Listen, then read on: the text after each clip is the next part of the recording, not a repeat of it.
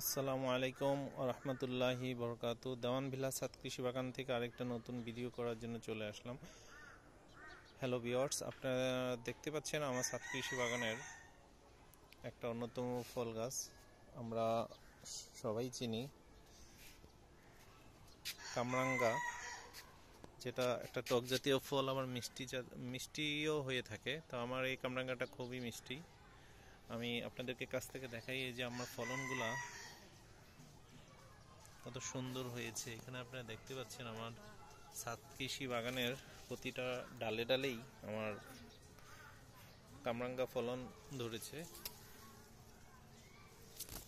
এখানেও আছে, এগুলো আস্তে আস্তে আরো বড় হবে। এখানেও আছে, প্রতিটা ডালেই ফল আছে।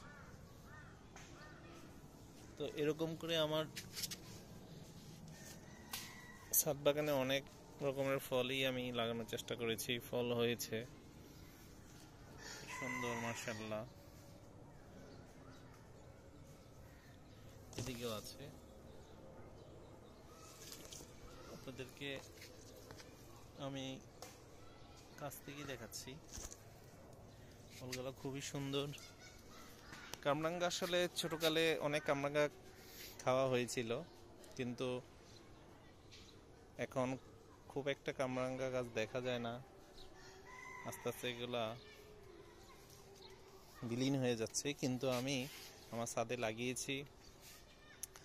আসলে কামরাঙ্গা গায়ে যখন জ্বর আসে তখন কামরাঙ্গা খেলে মুখে রুচি বাড়ে, ভালো লাগে, তবে অতিরিক্ত খাওয়া যাবে না। তো বর্তমানে ডাক্তারি ভাষায় আমি শুনতে পেয়েছি যে কামরাঙ্গা বেশি খেলে কিডনিতে সমস্যা হয়। জানি না আসলে সেটা কতটুকু সত্যি। তো যাই হোক, আমি চেষ্টা করেছি একটা গাছ থাকবে আমার ছাদ বাগানে, সেটা যে ধরনেরই হোক আমি লাগানোর চেষ্টা করেছি। এই হচ্ছে আমার কামরাঙ্গা গাছ, আপনারা দেখতে পাচ্ছেন ভিউয়ার্স। তো আমার এই ভিডিওটা আপনাদের জন্যই তৈরি করা, আমি আপনাদেরকে দেখানোর জন্যই আমি এই ভিডিও করি আমার ছাদ কৃষি বাগানের। যদি আপনারা একটু ধৈর্য ধরে কষ্ট করে একটু দেখেন তাহলে আমার ভালো লাগবে। এই কামরাঙ্গা গাছটা 12 মাসই ফল খেতে খেতে আবার মুকুল চলে আসতেছে। তো আমার এই ভিডিওটা আজকে আপনারা দেখে অবশ্যই লাইক দিবেন, শেয়ার করবেন, তাহলে আমি আপনাদের জন্য আরও নতুন নতুন ভিডিও বানাবো। তো আজকের মতো এখান থেকে বিদায় নিলাম। সবাই ভালো থাকবেন, আল্লাহ হাফেজ।